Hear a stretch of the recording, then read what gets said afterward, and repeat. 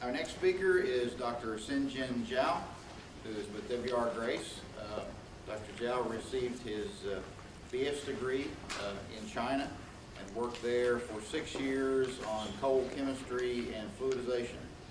He then attended MIT, working on the understanding of metal deposition and hydrotreating catalysts. Since receiving his doctorate from MIT, he's been at Grace Davison as a senior research engineer on FCC catalysts. Dr. Zhao will speak to us this morning about strategies for light olefin selectivity in fluid catalytic cracks. Thank you.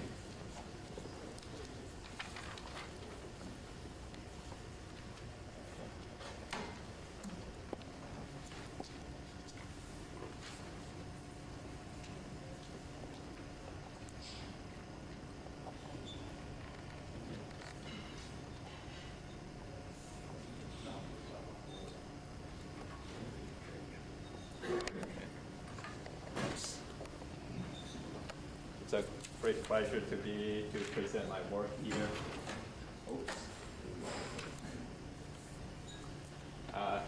FCC historically has been a major producer for all the different fuels, gasoline, diesel, and all the heating oils.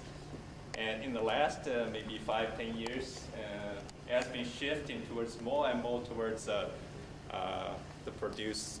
production of different kinds of chemical feedstocks, like light olefin, propylene, butylene, like Greg was talking about the alkylation feed stuff.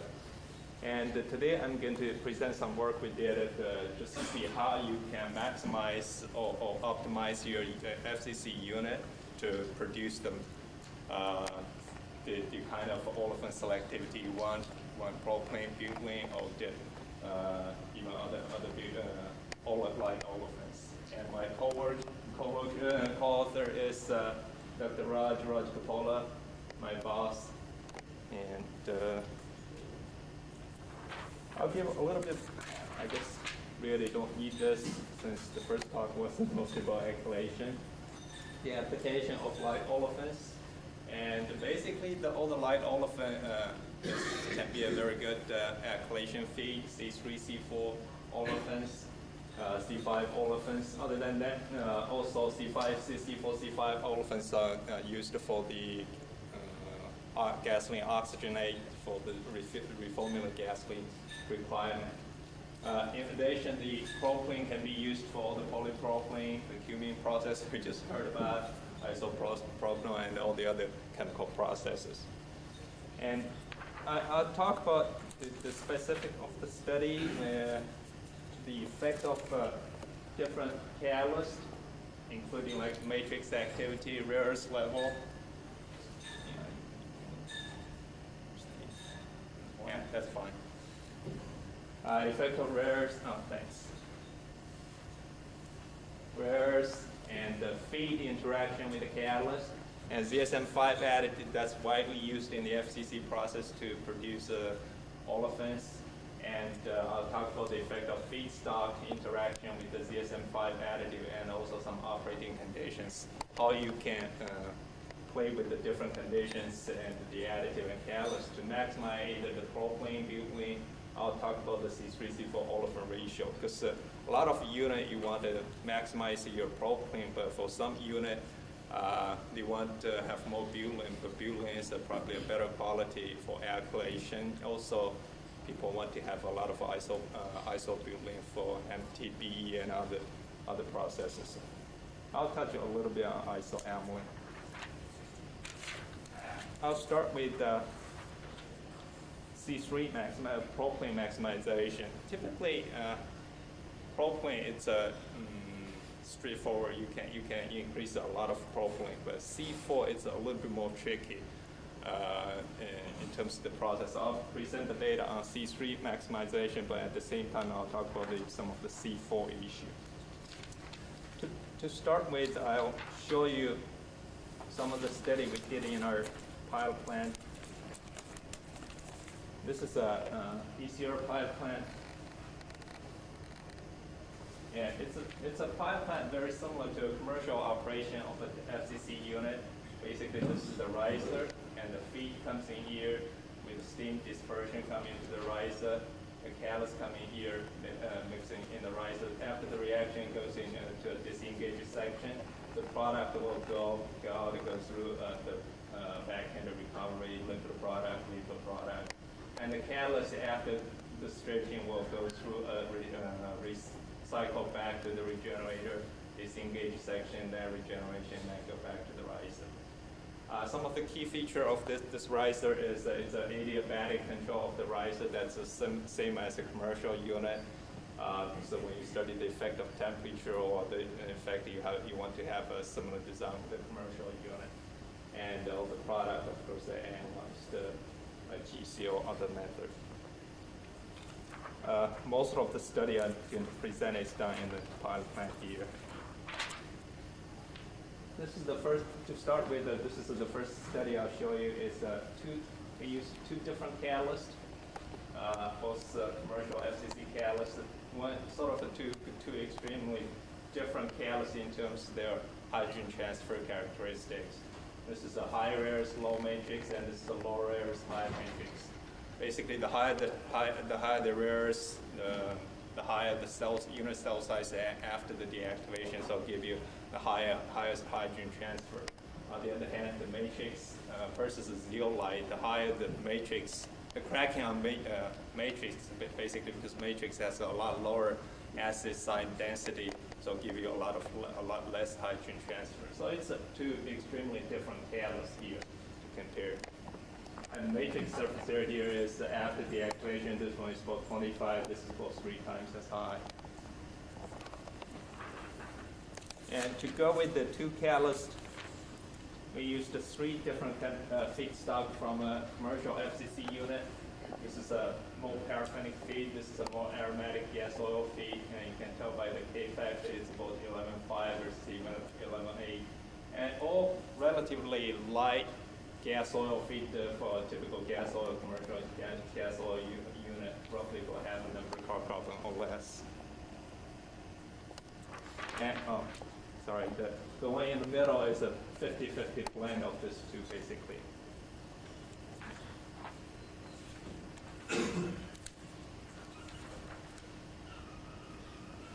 This is the effect of the base catalyst and feed on the propylene yield. One of the messages I want to get across is you can tell both catalyst and feed can make a difference in terms of the propylene yield, base propylene yield. For the catalyst effect, it's straightforward. Basically, the higher the hydrogen transfer, your saturates the olefin, all the olefins, including propylene. And so, for higher hydrogen transfer catalyst, you'll make less gas, less propylene. And in terms of the effect of feedstock, it's actually not that obvious. It's increasing the aromaticity. Actually, you make a lot more propylene. What we think is that a lot of the propylene is made by the dealkylation of the alkyl benzene, alkyl aromatics with the side chain. The dealkylation process tend to make a lot of propylene. Cracking of the long chain paraffins typically make large olefins rather than propylene. And you look at the sort of, in contrast with the propylene, you look at the C4 olefin, where the catalyst can make a big difference, but the feedstock doesn't make much difference at all. And the C4 is much more affected by hydrogen transfer than C3, basically. If you want to maximize propylene in the process, what you need to do, you can do a lot with the catalyst, but if you want to maximize the propylene, you can do something else other than catalyst, basically. Another thing people have been using, of course, is ZSM5. What ZSM5 does is basically cracking gasoline range olefin or large olefins into the light olefin. This is ethylene, propylene, butylene, and the C5 all the way up to C9 olefin in the FCC process. And this is the yield. Basically, with the increase in ZSM5, you crack in the C6, 7, 8, and the large olefin area, convert all into the light olefin. As whole ZSM5 increase the propylene yield. Therefore, based on that, if you want to make a lot of propylene, it's pretty straightforward because you use ZSM5 additive in the FCC process. This is, again, one study we did in our DCR pilot plant, and this actually was presented quite a few years ago in the NPRA meeting. And you see with about roughly 10% of ZSM5 additive, you can almost double the, well, actually more than double the propylene yield in the FCC process. And the butylene yield increased from 5 to about 7.5, about 50 or 60% increase with the ZSM5 additive. And that's good if you want to make both propylene and butylene, and if you don't have any limitation on either of the olefin. At the same time, the olefin increased, the propylene to butylene ratio also increased quite a bit from 0.8 to 1. That's a quite substantial difference in terms of propylene butylene ratio. And in terms of the ZSM5, it works also differently on different feed. It's not always the same in different systems. This show you the ZSM5 effect on two different feed systems. This is a MAT test, a microactivity testing on easier. Microactivity testing on the base catalyst. This is the base catalyst. It's also a commercial catalyst with the 4% of olefins plus. That's sorry for the nomenclature. That's one of our commercial ZSM5 additive. With the 4% of additive, you see roughly the same amount of increase for C3 and C4 olefins. It's for half a number on this feed. And however, if you look at the next study we did,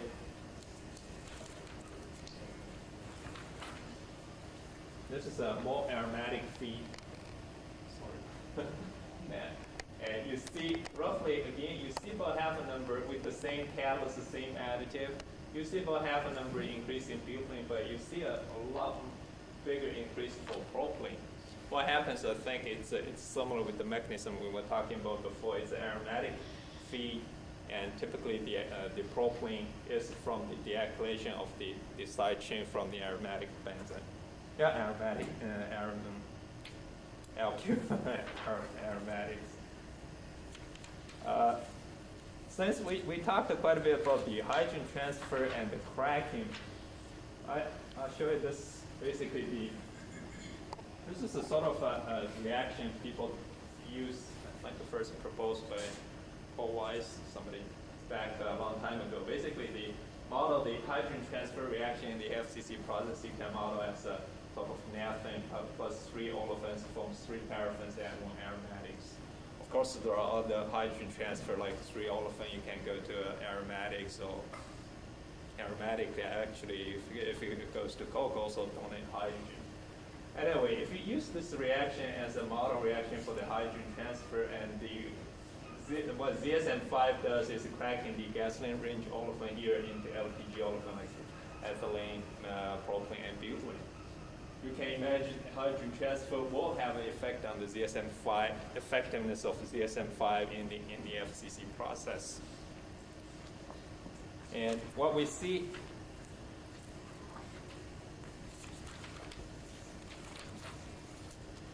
this is we did a study we did with basically used the same ZSM5 additive on different base catalysts. The same base catalyst but a different rarest level. What rarest does is the rarest increase the unit cell size, and so you have a high acid site density and high hydrogen transfer. Basically, the lower the hydrogen transfer, the more effective ZSM5 would be in the FCC process. This is the delta C3 and delta C4 due to the addition of ZSM5 additive. You see a quite fantastic effect on the hydrogen transfer effect there. Lastly, on the propylene issue, I'll talk about the effect of temperature versus ZSM5, because a lot of people use the ZSM5 for, actually ZSM5 early on was introduced into the FCC process as an octane additive, increasing the gasoline octane. But the last few years, people have been mostly using ZSM5 as olefin additive, basically making propylene and butylene. And also increasing temperature tend to make more olefin. You can compare the two approach people tend to compare to, when you decide you want to use the increasing temperature, increase additive for commercial unit to maximize your propylene yield. You can see increasing temperature from 970 to 1050. This is all Fahrenheit. You do see it quite a bit increasing in propylene, but it's pretty much due to the increasing of conversion. Basically, you increase the severity at higher conversion, give you higher propylene yield. But without increasing the temperature, you add 4% of olefins additive, ZSM5 additive, you can give you as much as olefin as you increase the temperature by almost 80 degrees. That's, of course, for commercial units, it's pretty easy to add in 4% of additive, but in the FCC process, increasing 80-degree rise of temperature is a pretty tough thing to do, because it's an all heat balance unit. You increase temperature here, and you mess up all the balance, and you have to properly redo a lot of unit. To summarize the propylene, basically, it's if you want to maximize your propylene yield, then it's pretty straightforward. The same as adding ZSM5 additive is a fairly effective way of making a lot of propylene. On the other hand, if you want to,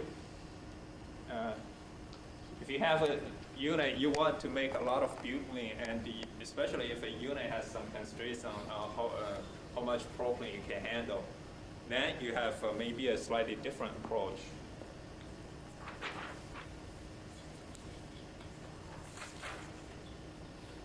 This is the same study I showed you earlier.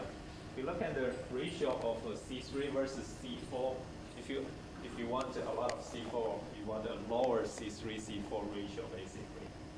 And if you look at the catalyst effect, again, it's straightforward. The high matrix, this is also the low rares. High matrix, low rares, the hydrogen transfer. Hydrogen transfer has a larger effect on C4s.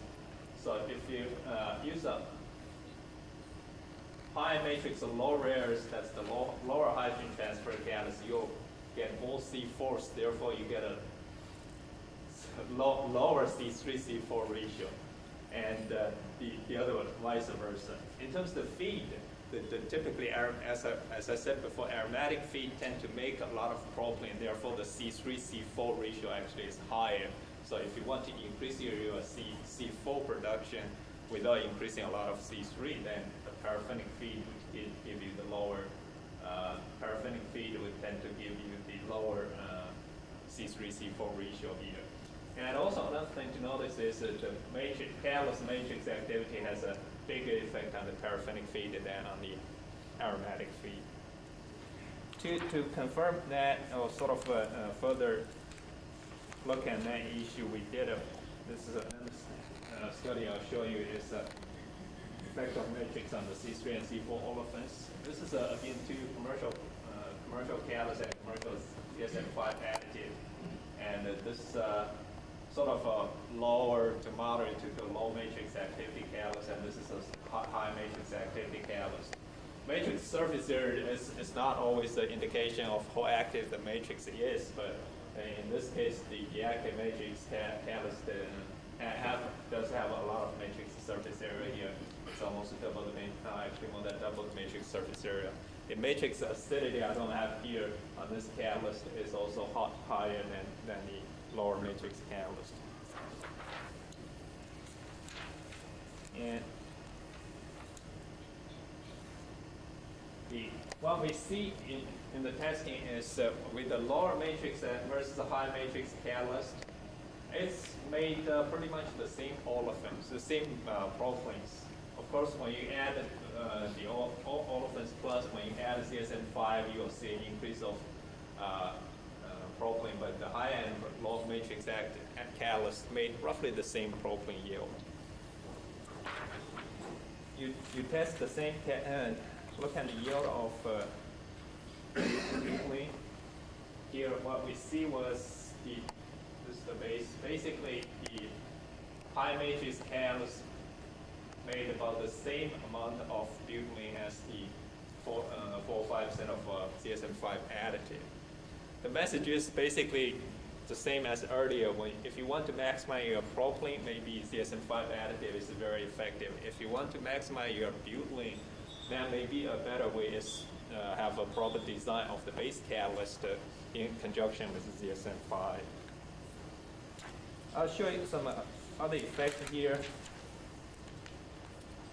As I said earlier, rare earths, of course, saturates the olefins, hydrogen transfer saturates the olefins, so it's not surprising with increasing rare earths, the olefins all go down. However, the C4 olefin goes down a lot faster than C3 olefins. Basically, what it says is if you want, when you reduce the catalyst, rare earths on the catalyst, not only give you more olefin, it also give you a higher C4-C3 ratio of the catalyst. To summarize the effect of rare earths and matrix on the C3-C4 ratio here, basically when you reduce this rare earths on, you increase the rare earths on catalyst, you will increase the C3-C4 ratio. And when you increase matrix activity, you'll reduce the C3-C4 ratio. If you want, basically for a system, if you want to maximize your butylene yield, what you need to do is lower the rare earths and increase your matrix activity.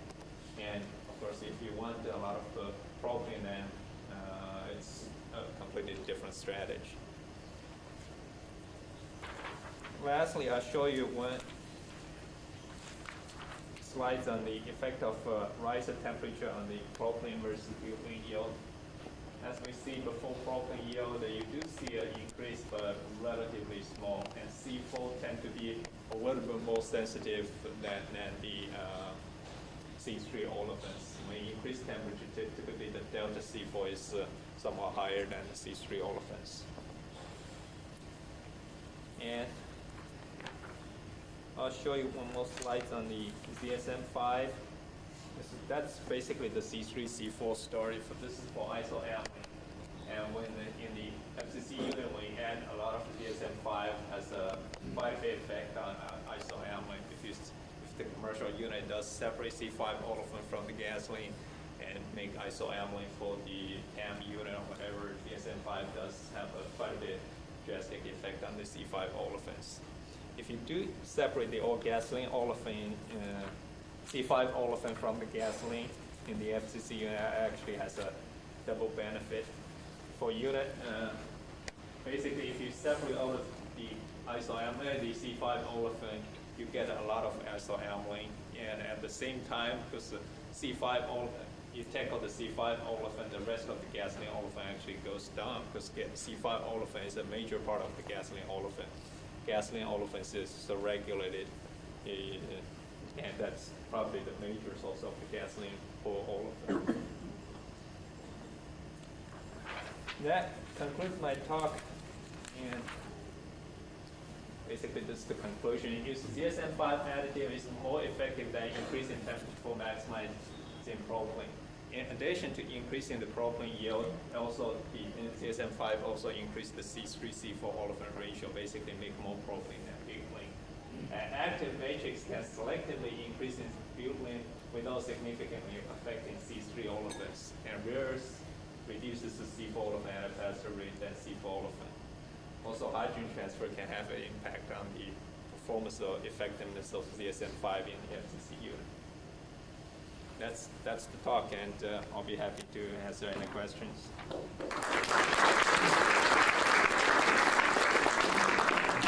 Floor is open for questions.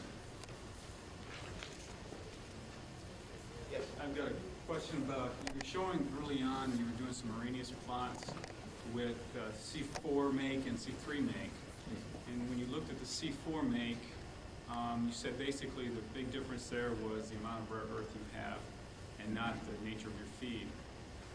But again, I don't know if I remember correctly, but it seemed like the aromatic feed had a lower slope, much more flatter with increase in temperature than the paraffin. And I was wondering, is that a chemical reason for that, or is that more diffusion related?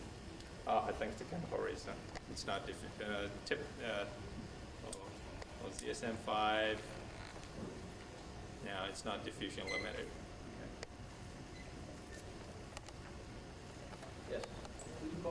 effect of ZSM5 on olefin oligomerization reactions?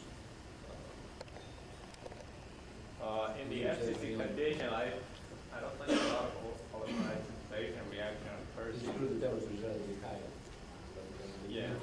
But about the Bronston strength, we saw in the previous speaker that if the Bronston strength is low, we have oligomerization reaction at high temperatures.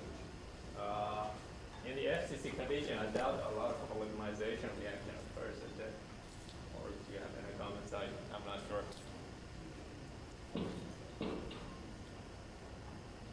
Jim? Would you care to speculate on in the refining industry, a lot of feeds are getting a lot heavier.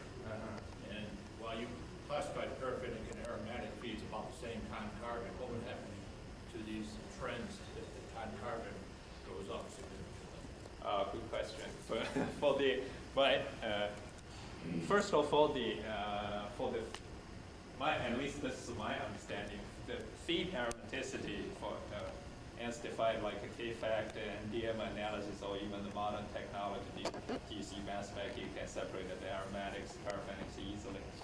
When the feed get heavier, the aromaticity of the feed is not very well defined, first of all.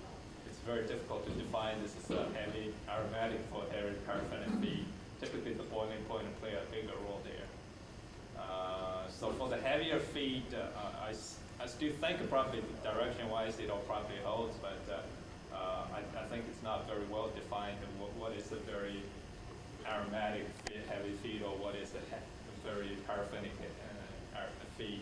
But suppose you use a hydrotreated feed versus a non-hydrotreated, it's going to be hydrotreated, it's going to be more paraffinic than a non-hydrotreated feed. I think the conclusion still holds. Like, I'm not sure I followed your reasoning for why an active matrix increases the C4 yield selectively versus C3. Active matrix increase C4.